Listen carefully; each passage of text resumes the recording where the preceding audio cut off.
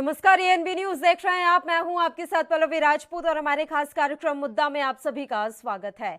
पंजाब विधानसभा चुनाव में राजनीतिक दलों ने वोटर्स को लुभाने के लिए खूब कोशिशें की हैं, मगर इस बार का मतदाता नेताओं को चौंकाने के मूड में साफ तौर पर नजर आ रहा है। इस चुनाव में कई बड़े चेहरों को तगड़ा झटका लगने जा रहा है। इस बार सबसे बड़ी भूमिका साइलेंट वोटर की रहने वाली है। यही वोटर इस बार डिसाइडिंग फैक्टर रहेगा। इस बार सबसे बड़े नुकसान की संभावना कांग्रेस पार्टी को है और इसके लिए कोई और नहीं बल्कि खुद कांग्रेस ही जिम्मेदार है। कांग्रेस का थिंक टैंक प्रचार के दौरान अपनी लाइन और लेंथ ही तय नहीं कर पाया। पार्टी में टिकट बंटवारे के साथ शुरू हुआ विवाद प्रचार के अंतिम दिन तक चलता रहा। खुद पंजाब कांग्रेस के प्रधान नवजोत सिंह सिद्धू अकाली नेता बिक्रम सिंह मजीठिया के साथ बेहद क्लोज फाइट में फंस गए हैं। कैप्टन अमरिंदर सिंह की बात करें तो पटियाला अर्बन के मतदाता तमाम नाराजगी के बावजूद उन्हें एक और मौका देने के मूड में नजर आ रहे हैं। हालांकि उनका विनिंग मार्जिन कम ही रहेगा। अकाली दल के लिहाज से देखा जाए तो पार्टी को एक बार फिर से अपने सबसे बड़े नेता प्रकाश सिंह बादल की याद आई। हालांकि बादल के पूरे पंजाब में प्रचार के लिए नहीं पहुंचने का नुकसान अकाली दल को हो सकता है। प्रचार के आखिरी 3 दिनों में शहरों में भारतीय जनता पार्टी कुछ मजबूत होती हुई नजर आई है।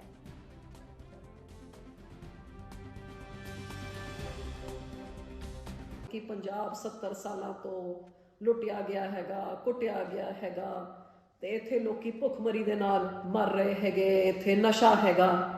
आ बंदियां जिन्हां ने आके पंजाब नूं कले पंडिया हैगा, कदे सानू नशेड़ी कहता, आज भुखमरी तो पीड़ित कहता। आ ओ सूबा जिथे सारे देश का ढिड भरन दा काम आ साडे बहादुर किसान ओदे तो खड़े होके जिस समय च देश च खान ਨੂੰ नहीं ਹੁੰਦਾ ਸੀ, विदेशों चों भीख मंग के साडे कोल अन्न आंदा सी। यही पंजाब दे लोकां ने इस देश के अन्न भंडारण नूं भरपूर कीता ते अज ताईं पूरे देश का ढिड भरते ने। देश की आज़ादी वास्ते जिन्हां ने सब तो वड्डा योगदान दिता, इन्हां बहादुर योद्धियां दे बारे तुसीं अज इन्हां नूं कदे नशेड़ी, कदे भुखमरी, कदे कुछ इन्नी गंदी चीज़ां तुसीं कह रहे हो। तुसीं की जानदे हो इस महान इतिहास इन्हां महान योद्धियां दा? ना कोई पंजाबी को दिल्ली सरकार में मंत्री बनाया, पंजाबी भाषा को दिल्ली की दूसरी भाषा थी उसे अरविंद केजरीवाल जी ने हटाया। ना किसी सिख को मंत्री बनाया, ना किसी महिला को मंत्री बनाया। किस मुंह से अरविंद केजरीवाल जी पंजाब में वोट मांगने आए हैं? और पंजाब में जो हंसता खेलता पंजाब है, हंसता बसता पंजाब है, वहाँ पर खालिस्तान बनाने की सोच रखने वाले अरविंद केजरीवाल जी, उनके समर्थकों से मैं कहना चाहता हूँ इनके मंसूबे कभी नहीं पूरे होंगे। और ये SC ST की रिजर्वेशन खत्म करने की बात जो अरविंद केजरीवाल जी कहते हैं, मेरा सवाल है ये क्यों SC ST की रिजर्वेशन खत्म करना चाहते हैं? ये क्यों पंजाबी टीचर्स की भर्ती नहीं करते हैं? मेरा सवाल है अरविंद केजरीवाल जी से, ये क्यों खालिस्तान बनाना चाहते हैं? मेरा सवाल है अरविंद केजरीवाल जी से, क्यों पंजाबियत के खिलाफ इन्होंने काम किया है? ना किसी सिख ना किसी पंजाबी को मंत्री बनाया है। इन सवालों के जवाब 2 दिन से अरविंद केजरीवाल जी नहीं दे पाए। जब तक ये सवालों का जवाब नहीं देगी पंजाब की जनता इनकी आवाज भी नहीं सुनेगी। मैनिफेस्टो कांग्रेस का आ गया है, आखिरी दिन आया है, 8 सिलेंडर मुफ्त देंगे और फायदा। कांग्रेस का बस चलता तो चुनाव पूरा होने के बाद मैनिफेस्टो आता है। जिनके नेताओं में बनती नहीं आपसी फूट हो, चन्नी जी को देखने के लिए बाकी राजी नहीं और चन्नी जी पंजाब के हितों देखने के लिए राजी नहीं। आपने स्वामीनाथन नहीं मोदीनाथन आयोग बना दिया था, क्योंकि आपने स्वयं ने 2016 में सुप्रीम कोर्ट में शपथ पत्र लेके ये देकर ये कहा कि अगर स्वामीनाथन आयोग की सिफारिशें और उनके अनुसार MSP का निर्धारण करेंगे तो किसानों का मार्केट डिस्टॉर्ट हो जाएगा। असत्य मत बोलिए प्रधानमंत्री जी, हिंदुस्तान के अन्नदाताओं से के सामने जाकर असत्य मत बोलिए। रही बात आप जिस बयान का जिक्र कर रहे हैं प्रधानमंत्री जी, चन्नी साहब ने ये कहा कि जो दुर्गेश पाठक है, जो संजय सिंह है, जो अरविंद केजरीवाल है, वो बाहर के लोग पंजाब में आकर राज नहीं कर सकते। जो लोग पंजाब आते हैं अपने रोजगार के लिए, अपने बिजनेस के सिलसिले में, उनका आज भी उतना ही स्वागत होगा जितना पहले हो रहा था और आगे भी उतना ही होगा। इस बयान को गलत मायने ना निकालिए। आप ये बताइए कि पंजाब के विकास का मॉडल क्या है आपका? आप ये बताइए कि पंजाब के किसानों से बिना पूछे आपने 3 काले कानून उन पे क्यों थोप दिए? और आपकी सब्सिडरी कंपनी जो है आम आदमी पार्टी, उसके प्रमुख से मैं पूछना चाहता हूं कि दिल्ली विधानसभा ने उन 3 काले कानूनों को सबसे पहले जाकर नोटिफाई क्यों किया? तो पंजाब विधानसभा चुनाव में राजनीतिक दलों ने वोटरों को लुभाने की खूब कोशिश की, मगर इस बार मतदाता नेताओं को चौंकाने के मूड में दिख रहा है। इस चुनाव में कई बड़े चेहरों को तगड़ा झटका लगने जा रहा है। इस बार सबसे बड़ी भूमिका साइलेंट वोटर की रहने वाली है। यही वोटर इस बार डिसाइडिंग फैक्टर रहेगा।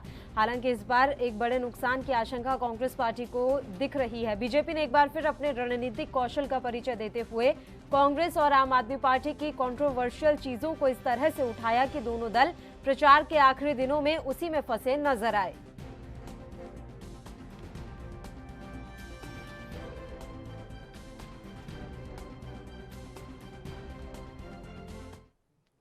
और चलिए इस मसले पर चर्चा की शुरुआत कर लेते हैं। 2 मेहमान इस समय हमारे साथ जुड़ गए हैं। मेहमानों से आपका परिचय करवा देता है। डॉक्टर कमल सोई, भारतीय जनता पार्टी के प्रवक्ता, और प्रीतपाल सलूजा जी इस समय हमारे साथ जुड़ गए हैं, आम आदमी पार्टी के प्रवक्ता। दोनों ही मेहमानों का स्वागत है एएनबी न्यूज पर। डॉक्टर कमल, शुरुआत आप ही के साथ करना चाहेंगे। देखिए, वैसे भारतीय जनता पार्टी का प्रचार कैसा रहा ये सभी ने देखा, लेकिन अब आखिरी के दिनों में आप लोगों ने काफी अच्छी बैटिंग की और अब ये राजनीतिक जानकार मान रहे हैं कि शहरी इलाकों में, पंजाब के शहरी इलाकों में जनाधार बढ़ा है बीजेपी का इन दिनों।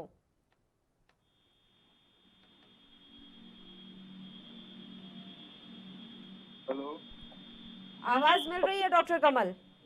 आपको? हाँ जी, आवाज आपकी मिल रही है। क्वेश्चन पूरा समझ में नहीं आ रहा, दोबारा क्वेश्चन। मैं एक बार फिर से अपना सवाल सा रिपीट कर देती हूँ। प्रचार के आखिरी 3 दिनों में शहरों में बीजेपी कुछ मजबूत होती हुई नजर आ रही है। डॉक्टर कमल, देखिए, बीजेपी, पहले तो आपके को नमस्कार, प्रणाम, सत श्री अकाल, आदाब। जी सर। ये बीजेपी तो शुरू से ही पंजाब में और पंजाबी और पंजाबियत में विश्वास रखती है।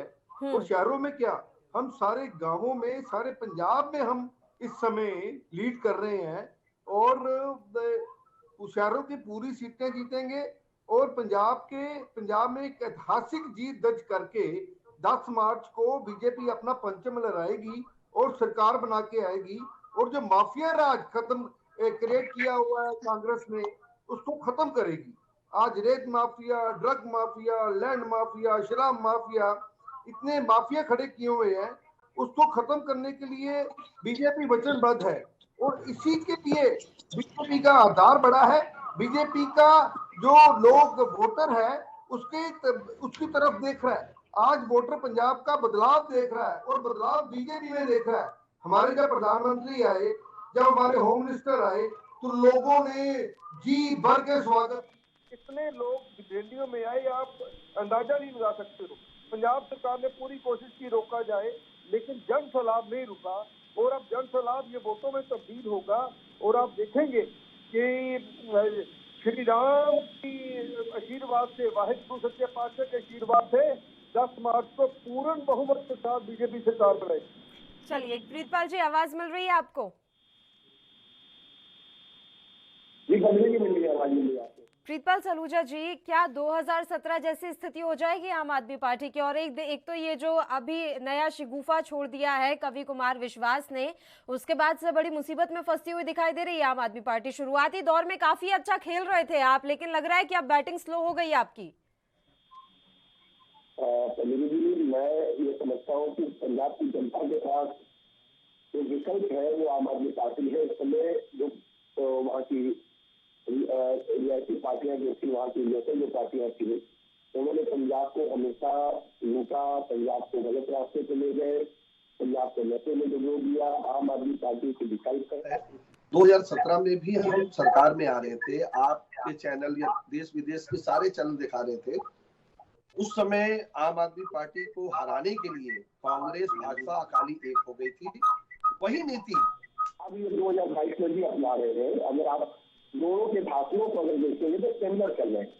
राहुल गांधी जी जिस बात को कहते हैं उसकी बात को एक कवि भी आके कहते हैं, और उस कवि की बात को तुरंत देश के प्रधानमंत्री जो भाजपा के है वो भी आके देश के सामने रखते हैं। यानी उनके पास बस अब यही विकल्प बचा है कि आम आदमी पार्टी को किसी न किसी तरह से रोकना है। यहाँ तक कि जो दिल्ली के मुख्यमंत्री अरविंद केजरीवाल केजरीवाल जी है, जिन्होंने दिल्ली के अंदर शिक्षा स्वास्थ्य के ऊपर इतना अच्छा कार्य किया है, उनको भी उन्होंने नकारने का काम, उनको आतंकवादी बताने का काम जितना हो सकता था कोई नहीं करने का काम किया। मगर आम आदमी पार्टी एक ऐसी पार्टी है कि ये जनता के बीच से निकली हुई पार्टी है, जनता से ही बनी हुई पार्टी है, तो ये इनकी बातों में नहीं आने वाली। लेकिन आपने खुद ने कहा ना सर कि 2017 में भी आप लोगों की जीत का जो रथ है वो रोकने का काम बीजेपी, कांग्रेस और अकाली ने मिलकर किया। इस बार भी अगर मिलकर वो ये काम कर रहे हैं तो क्यों नहीं रुकेगा आपका विजय रथ? पल्लवी जी, पंजाब की जनता जो है, उन्होंने कहा तो एक बार 5 साल से 10 साल जो है अकाली की जो बादल सरकार और भाजपा की जो सरकार थी, उन्होंने पूरी तरह से 1990 में पंजाब को धकेल दिया था। उन्होंने कहा चलो ठीक है, कांग्रेस से क्योंकि चीज हो गए थे, भारतीय जनता पार्टी और अकाली ने देखा मेरी सरकार नहीं बनी तो अपने जो वोट थे वो सारे स्केच कर दिए उन्होंने कांग्रेस के प्रत्याशियों की ओर। 3 काम इस बार भी करने के प्रयास में, मगर क्योंकि अकाली और भाजपा और किनारे में वर्तमान में जिनकी सरकार है कांग्रेस की, ये तो इनकी अपनी इंटेंडेंसी है। इनका जो पौने 5 साल सरकार चलाने के बाद कैप्टन साहब चले गए भाजपा की रोड में, वर्तमान में जो सन्नी साहब है घोषणाएं करते रहे, एक भी काम नहीं किया। तो मेरे पास लोगों के फोन आ रहे हैं, हवा सर कुछ कमजोर हुई है आपकी आखिरी दिनों में, पंजाब में आपकी हवा कुछ कमजोर हुई है, ये बात मानिए। जो बहुत तेजी से आपकी आंधी चल रही थी शुरुआती दौर में, वो अंत में आते आते कहीं ना कहीं ठंडी पड़ी है। मैं आपका रिएक्शन लूंगी, डॉक्टर कमल मैं रुक करूंगी आपका, लेकिन उससे पहले बस एक छोटा सा रिएक्शन केवल ढींगरा जी का ले लेते हैं। केवल ढींगरा जी, इस बार के चुनावों में साइलेंट वोटर अपनी बड़ी भूमिका निभाने वाला है। ये बिल्कुल ठीक बात है आपकी, क्योंकि आम आदमी पार्टी का कुमार विश्वास जी ने ये बता दिया कि केजरीवाल के कनेक्शन इंग्लैंड से लेकर और कनाडा तक कौन से लोगों से है और कहां तक ये टेररिज्म फैलाने के लिए इनकी मंशा है। लेकिन लोग ऐसा, पंजाब के लोग जो है अमन अमान की काम को पसंद करते हैं और वो लोग ऐसा नहीं चाहेंगे कि ऐसे कुछ लोग अराजक तत्व जो है पंजाब के अंदर आ जाए जिससे पंजाब का माहौल खराब हो।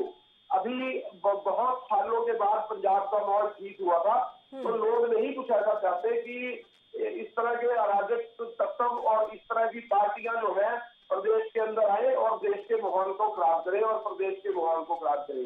ये इसलिए आम आदमी पार्टी का तो बिल्कुल ही मामला साफ है। जहां तक बाकी पार्टियों की बात है, वो आपको पता ही है कि बीजेपी अलग लड़ रही है, अकाली दल अलग लड़ रहा है और बाकी की पार्टियां अलग लड़ रही है। तो इनका जो है कितना तो पंजाब के अंदर असर है, ये भी क्लैरिटी में है। तो चन्नी जी जो है वो बहुत ही क्लैरिटी से और बहुत ही साफ गोई से और जितने काम उन्होंने किए हैं वो अपनी बात लोगों के बीच में रख रहे हैं और इस तरीके से पंजाब की सरकार जो है वो चन्नी जी की बनने वाली है और इसमें कोई दो राय नहीं है। आप उनकी रैली देख लें, आप एमएलए के फंक्शन देख लें। अगर दिखने में तो ये भी आ रहा है सर, नवजोत सिंह सिद्धू विक्रम सिंह मजीठिया के साथ काफी क्लोज फाइट में इस समय फंसे हुए हैं। नहीं देखिए, एक चीज की मैं चर्चा नहीं कर रहा, मैं पूरे पंजाब की चर्चा कर रहा हूँ। जहां तक मैंडेट चाहिए तो मैंडेट हमारा जो है वो बिल्कुल एग्जैक्ट जो है पूरे जोर शोर से 77 से भी ज्यादा सीटें आने की उम्मीद है हमें। और मैं आपको ये बताना चाह रहा हूँ कि इस समय आज जो पोजीशन है, एक ही पार्टी है देश के अंदर जिनकी नीति और काम करने की क्षमता है। बाकी तो आपने ठीक है सर। डॉक्टर कमल,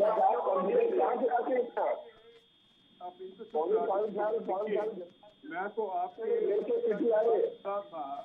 तो आप चलिए एक एक करके बात कर लेते हैं। लोग वोटर होते हैं, लोग वोट देते हैं और जो मुझे दिख रहा है, जो हमारा आंकड़ा है, सुनिए केवल ढींगरा जी कुछ कहना चाह रहे हैं। डॉक्टर कमल, आप दोनों से कुछ कहना चाह रहे हैं, एक बार उनकी भी बात सुन लीजिए ताकि आप जवाब दे पाए। बताइए डॉक्टर कमल। देखिए पल्लवी जी, जो आपके ये प्रवक्ता बोल रहे थे, इनको मैं यही क्वेश्चन पूछना चाहता हूँ। मैं कुमार विश्वास की बात पे नहीं जाता, लेकिन उनकी बात में काफी सारी सच्चाई है। जब 2017 का इलेक्शन हुआ था तो केजरीवाल साहब खालिस्तान समर्थक के घर में रुके थे मोगा में। उसके बाद आज कुमार विश्वास जी की जो टेप आई है, जो उनको सच्चाई आई है, इनका बिल्कुल इनका जो देश विरोधी चेहरा है वो बिल्कुल नंगा कोरा हो गया है। एक तो ये खालिस्तानी समर्थक है, ये किसान के विरोधी हैं। सबसे पहले जो किसान के खेती बनते थे, जो कानून था इन्होंने सबसे पहले दिल्ली में पास किया। उसके बाद जब भी ये बात करते हैं अराजकता की बात करते हैं, इन्होंने दिल्ली में कोई नौकरी नहीं दी, पंजाब में नौकरी की बात करते हैं।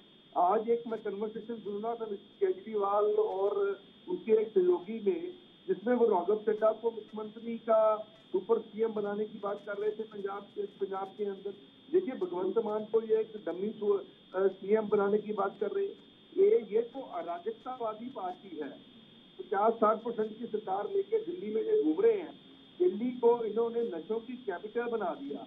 घर घर में ठेके खोल दिए, चाहे मंदिर हो, गुरुद्वारा हो, स्कूल हो, उसके आसपास ठेके खोल दिए। वेलफेयर एसोसिएशन वाले चिल्ला के कह रहे हैं केजरीवाल क्या करेगा हमारा मंदा हाल, नशों ने हमारा कर दिया बेहाल। अब केजरीवाल का तो पंजाब के लोग नशों से त्रस्त पड़े हैं कांग्रेस की सरकार में। अब तो केजरीवाल का पूरा हिंदुस्तान में ही ये बुरा हाल होने वाला है। कांग्रेस की सरकार कर रही है, इनको शर्म नहीं आती। ये 1 लाख करोड़ का कर्जा माफ करने की बात करके आए थे, किसानों की खुदकुशियों पे अपनी राजनीति कर रही है। शायद इन्होंने 1600-1700 खुदकुशियां इनके राज में हो गई।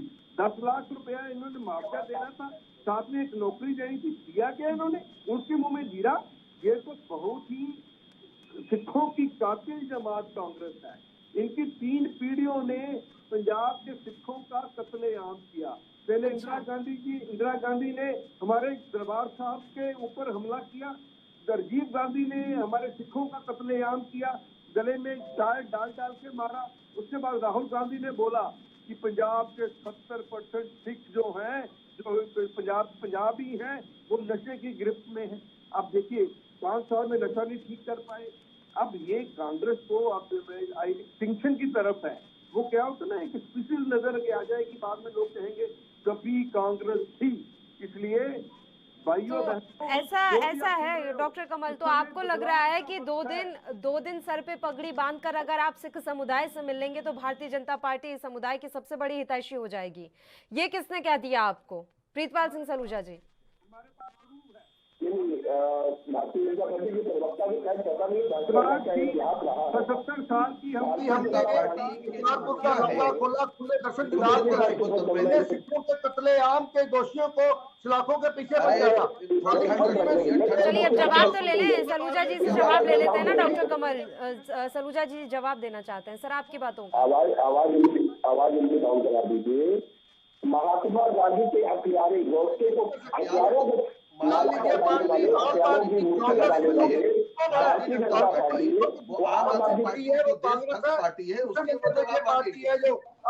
वो दिन इतने गिरे दिन आ गए कि हथियारों को प्रेम करने वाली पार्टी से हम लोग कंपैरिजन किए जाएंगे। भारतीय जनता पार्टी जो बताती है कि खालिस्तान से फंडिंग आ रही है, कनाडा से फंडिंग आ रही है, पाकिस्तान से फंडिंग आम आदमी पार्टी को आ रही है, ये आज से नहीं सुन रहा हूँ, मैं 2013 से सुन रहा हूँ इस बात को।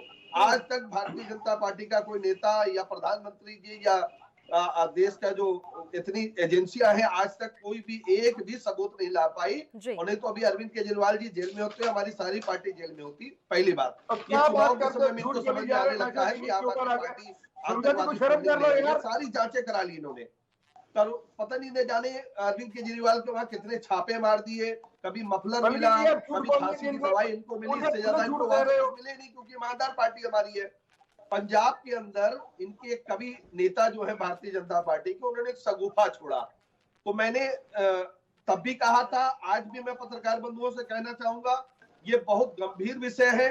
भारतीय जनता पार्टी के प्रवक्ता को देश के सामने ये चीज बतानी चाहिए कि कम से कम जो वो ये इनके कवि ने इस बात को कहा है देश के सामने कि कनाडा से और खालिस्तानी फंडिंग इनके पास आ रही है, जिनकी बात अरविंद केजरीवाल ने कभी उनको किसी बंद कमरे में कही थी, वो आज उनको पंजाब चुनाव में याद आई है। तो इस पे तुरंत एनएसए के तहत इनके कवि जी के ऊपर, और राहुल गांधी जी ने मंच से कहा उनके ऊपर, और अरविंद केजरीवाल के ऊपर मुकदमे कायम होने चाहिए। और ये बहुत देश की बात है, देश हम सब लोगों के लिए पहले होना चाहिए। इसमें जो भी दोषी है उस पर जांच कराकर उसको जेल की काल कोठरी में डाली जाए, पहली बात। और इन्होंने एक मुद्दा उठाया 84 का। भारतीय जनता पार्टी के प्रवक्ता ने कहा कि 84 की हत्यारंग कांग्रेस है, ये तो दो रानेंगे। कांग्रेस 47 भी कराने वाली है, 84 भी कराने वाली है, 90 96 भी कराने वाली है।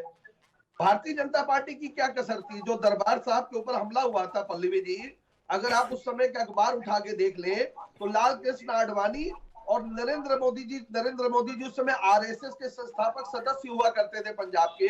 मैं इसके साक्ष्य भी आपको दे दूंगा, जो पुराने लोग इस बात को जानते हैं।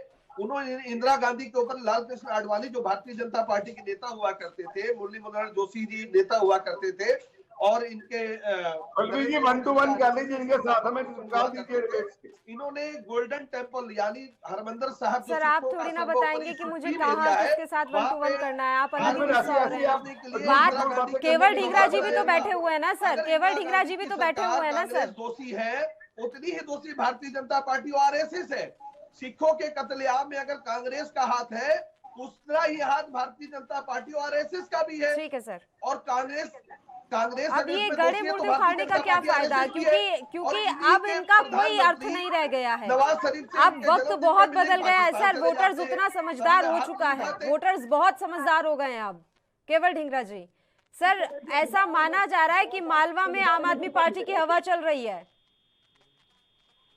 देखिए, कृषि कानून एक पार्टी जो थी उसने जो पार्टी थी जिसने कृषि कानून को रद्द करने का काम किया था, और बाकी सभी पार्टियों ने कृषि कानून जो सारे कानून थे उनको बनाने का काम किया था, चाहे वो अकाली दल हो, चाहे वो बीजेपी हो, चाहे केजरीवाल हो। इन्होंने तो उनको मान्यता दी थी। और एक ही पार्टी है पंजाब के अंदर जिसने कृषि कानून के खिलाफ बात की थी और कृषि कानूनों को रद्द करने का काम किया था। और दूसरी बात ये है, अभी ये कमरे बंद और कमरे खुले की बात कर रहे थे।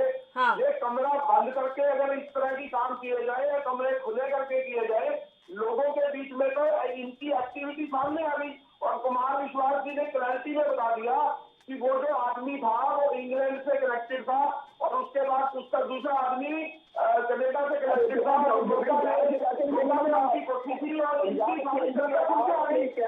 आपको निंदा कर दिया, कांग्रेस को नंदा कर दिया, कहीं का नहीं खेला पंजाब में।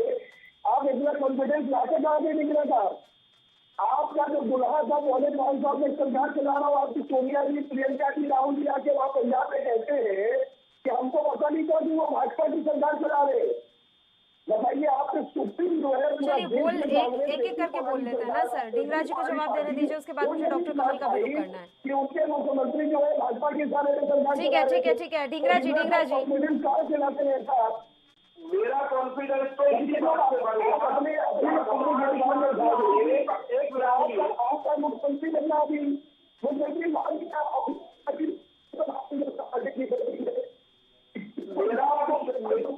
किसानों का मेरा कांग्रेस का नेता था कैप्टन अमरिंदर सिंह, वो भाजपा की वोट में चला गया। आपकी बात कर रहे हैं, कल आप आपकी पार्टी में आने का आपको मौका कम से कम। ठीक है सर। डॉक्टर कमल, प्रधानमंत्री ने जो आखिरी टाइम पर धुआंधार रैलियां की हैं, उसका सीधा फायदा मिलता दिख रहा है बीजेपी को। मैं वही कह रहा हूँ, एक तरफ विनाश है, एक तरफ विकास है। कांग्रेस और आप आदमी ये विनाश की तरफ लेके जाएंगे प्रदेश को, देश को, और एक तरफ जो विकास की गंगा बह रही है। इस समय हम जय श्री राम का नारा लाके, बोले सो निहाल का नारा लगा के पंजाब को तरक्की की राह पे लेके जाना चाहते हैं। मैं इस समय आपके चैनल के थ्रू पंजाबियों को बताना चाहता हूँ कि जो प्रधानमंत्री श्री नरेंद्र मोदी जी कहते हैं वो करते हैं। हमने बिहार बदला, हमने यूपी बदला, हम पंजाब भी बदलेंगे। यूपी से माफिया खत्म किया, बिहार से माफिया खत्म किया, पंजाब से। ये काम आप शिरोमणि अकाली दल के साथ जब थे तभी कर लेते डॉक्टर कमल, जो आप अब करना चाहते हैं सर, तो शिरोमणि अकाली दल के साथ जब सरकार चला रहे थे तभी कर लेते। देखिए, उस समय हम बड़े जूनियर पार्टनर थे, हम कई सीटों पे इलेक्शन लड़ते थे और कई सीटों में हमारी 8-10 सीटें 11 सबसे ज्यादा 19 सीटें आई थी। इस बार हम मेजोरिटी में इलेक्शन 73 सीटों में इलेक्शन लड़ रहे हैं और पूरी मेजोरिटी के साथ हम पंजाब में सरकार बनाने जा रहे हैं। हम पंजाब को बदलेंगे, हम एक नया इंडस्ट्रियल रेवोल्यूशन। चुप कर यार, चुप करो, चुप करो आप। सर ठीक है, ऐसे इस तरीके से बात मत कीजिए सर, इस तरीके से बात मत कीजिए। क्या बात कर रहे हैं दरवाजे दरवाजे पर्चे बांटे थे लोगों ने ठीक है, एक सेकंड, एक एक करके बात कर लेते हैं, एक एक करके बात कर लेते हैं, एक एक करके बात कर लेते हैं। इज्जत नहीं दी किसानों को, सलूजा जी। भारतीय जनता पार्टी। पल्लवी जी, हम इस बार मेजोरिटी के साथ सरकार बनाने जा रहे हैं। जो सिखों के लिए मोदी साहब ने काम किए हैं वही मोदी साहब ने अपनी प्रतिबद्धता दोहराई है रैलियों में। जो हम इंडस्ट्री रेवोल्यूशन पंजाब में लेके आना चाहते हैं 1 लाख करोड़ की, वो हमने प्रतिबद्धता दोहराई है पंजाब में। इंफ्रास्ट्रक्चर का जो हम लेके आना चाहते हैं, 3 IIMs हमने दिए हैं, 2 IIT दिए हैं, एम्स का इंस्टीट्यूट लेके आना चाहते हैं, PTI सैटेलाइट सेंटर लेके आना चाहते हैं। हम पंजाब का नक्शा बदल देंगे। हमने पाकिस्तान की लैंग्वेज में बालाकोट में स्ट्राइक करके उनको सबक सिखाया। हमने राखी करेंगे, हम पंजाब को वो देश बनाएंगे जो ये बंदा सोच नहीं सकते। केवल ढींगरा जी, ने दिल्ली को नशों का बना दिया। चलिए सर, एक एक रिएक्शन ले लेती हूँ मैं सबका, वैसे भी समय की कमी होती जा रही है। केवल ढींगरा जी, आपको आवाज मिल रही है मेरी?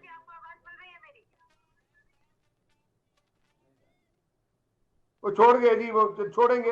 अब एक ही बंदे को बुला लिया करो, सलूजा जी को 1 to 1 कर लिया करो। इनके पास और तो कुछ है नहीं, सिर्फ बातों का ये कड़ा बना रहे। मैं आपको बताना चाहता हूँ और मतदाताओं से अपील करना चाहता हूँ, इस समय बदलाव देखिए। कमल के फूल के ऊपर लगाइए और बीजेपी को पंजाब में लेके आइए। आज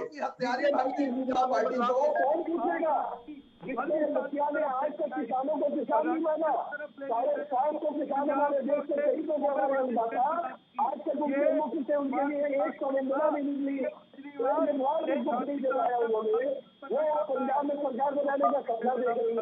चलिए ठीक है, मैं दोनों ही मेहमानों को अब रोकना चाहूंगी। और डॉक्टर कमल, थोड़ा गुस्सा कम किया कीजिए सर। इस तरीके से कैसे पंजाब जीतेंगे? जनता को प्यार की जरूरत होती है, गुस्से की जरूरत नहीं होती है। फिलहाल तमाम तीनों मेहमानों का धन्यवाद चर्चा करने के लिए आप हमारे साथ जुड़े। तो पंजाब के लिए कल वोटिंग होनी है और उससे पहले सियासी माहौल गरमाया हुआ है। हालांकि अब ये देखने वाली बात रहेगी कि इस बार साइलेंट वोटर किसको वोट करता है और किस तरह के जो पंजाब में चुनावी परिणाम रहते हैं वो क्या चौंकाने वाले रहेंगे, क्या कोई अप्रत्याशित परिणाम इस बार आएंगे, ये सब देखने वाली बात रहेगी। इसी के साथ मुद्दा में फिलहाल के लिए इतना ही। मुझे दीजिए इजाजत। देश और प्रदेश की तमाम ताजा खबरों के लिए आप देखते रहिए ANB न्यूज। नमस्कार।